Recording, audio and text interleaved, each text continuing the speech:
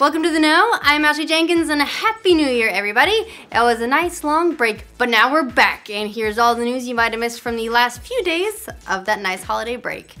With just a little over a week left before Nintendo's big Switch reveal, we've of course got more leaks and rumors. One of the biggest rumors is about another change in Legend of Zelda Breath of the Wild's release date, only this time the date might be moving up instead of back.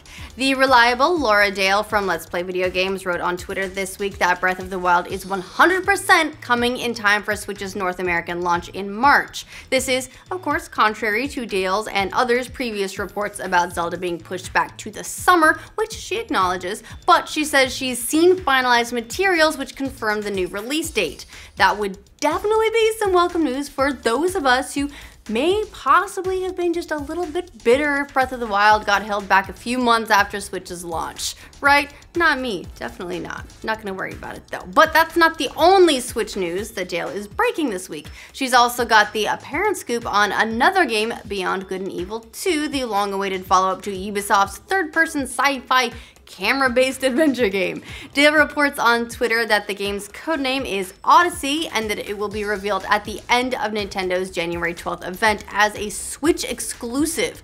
According to Dale, that exclusivity will last a full year at retail and digital before it eventually hits Xbox One and PS4 as digital only.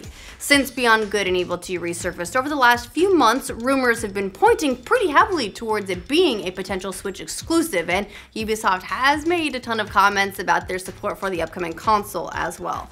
No word on the actual timing and when we can expect the game, but we've already been waiting almost 9 years already, so hopefully we'll have a better idea of just how much longer that wait will last on January 12th. Arkane Studios has a message for PC gamers. We promise that Prey won't suck on PC like Dishonored 2 did. Creative director Rafael Colantonio told Game Informer that the performance issues that plagued Dishonored 2 won't be making a reappearance when Prey comes out this year on PC. We've had a rough launch on the PC with Dishonored 2, he said, understating it greatly. In development, you never exactly know what you're going to see, especially on the PC with so many configurations and stuff. But this time, Colantonio said the developer is paying double attention to make sure that the PC version is flawless when it ships, which, you know, probably would have helped with Dishonored 2 as well. Maybe just go like triple attention to be safe. If you've totally forgotten about RIME, the former PS4 exclusive that looks like Team Ico and Studio Ghibli had a platforming baby, you wouldn't be the only one. The game by Studio Tequila Works has been out of the spotlight for the better part of a couple years now, but it's got a new re-reveal trailer announcing not only a May release date, but also that it's coming to Xbox One and Nintendo Switch. RIME first made its debut back in 2013, but it seems the tension with Sony may have caused a little bit of a delay. Tequila Works split with Sony and its exclusive partnership last year, fueling speculation that it would get that multi-platform treatment. So, if you're one of the handful of people who've been just dying for this to come to Xbox One, congratulations, 2017 is already off to a great start for you.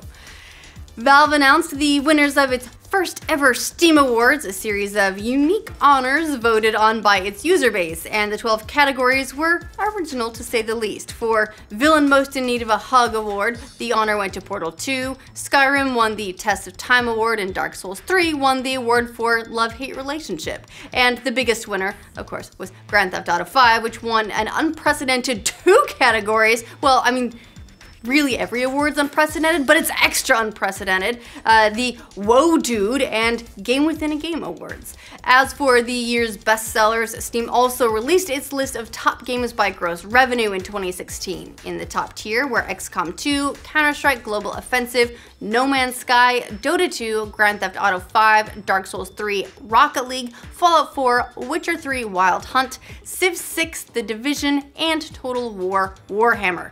Most of the games got positive reviews except for, well, guess which one? Yeah, No Man's Sky. Something tells us we won't be seeing it on the 2017 top earners list. Actually, No Man's Sky would have done great if Valve had a Where the Hell Did My $60 Go award. Maybe that was a write-in.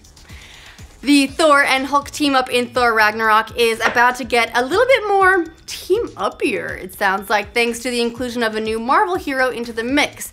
Disney has announced that Doctor Strange will now play a major role in the movie, which now seems to be as big of an event as 2016's Civil War, which included Captain America, Iron Man, and Spider-Man. Benedict Cumberbatch stepping back into the cloak was revealed by Disney in a blog post where they announced that Thor's next movie brings together Thor, the Hulk, and Doctor Strange to face off against intergalactic baddies both familiar and new. Of course, Strange's appearance has been rumored since August when a set photo showed Chris Hemsworth holding a card with Strange's address on it.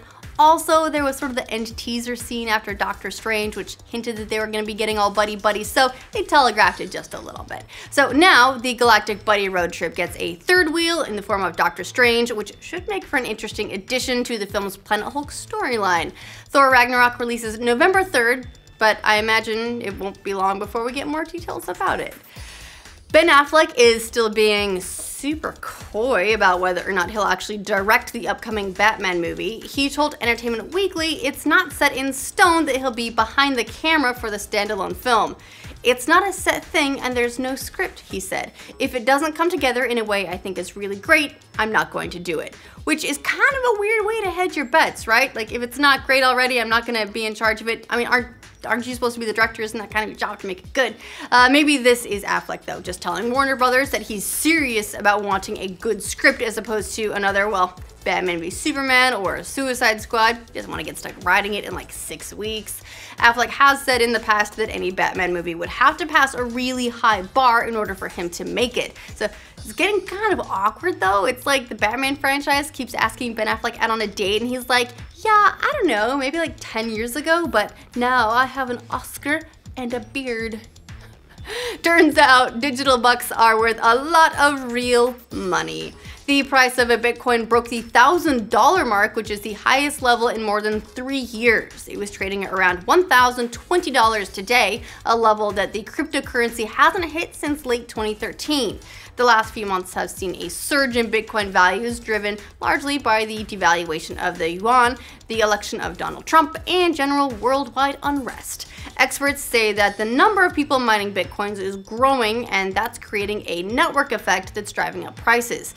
Also, most of the trade is coming from China, where the yuan devaluation and fears of government capital controls have helped spike the price. Now, if only someone could just pay me real money to sell all my extra gil in Final Fantasy 15, then I would have like $1,020. You remember all the controversy over Russian hacking in the US election? Yeah, that was a whole thing, right? Well, when CNN was reporting this story for a December 30th video, it apparently needed some footage of a hacker in action. And the footage it used was, interesting. Like, the hacking was being done on an old school Apple IIe with a green screen or something. Turns out the hacking footage from Russia came from the hacking minigame in Fallout 4. A sharp-eyed Reddit user named Poofylicious spotted the similarities and posted the proof online. Now, to be fair, maybe this was CNN making a very subtle point about the tensions between Russia and the US, possibly leading to a post-apocalyptic future, but it might also just be a hilarious fuck-up by old media. Good job, CNN. Just for your reference, we tend to use clips from hackers because they're a lot of fun. Give that one a go. That's all the news we have for today, but we'll be back tomorrow with another roundup and of course more major stories every day. Let us know what you thought of these news stories down in the comments, and like this video, subscribe to the know, and welcome back everybody. Oh man, my head's not working right. I feel like I'm full of snow. Except snow would melt here, so it's just full of water.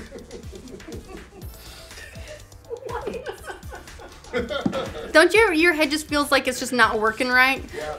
Like instead of a brain, I just have snow in there.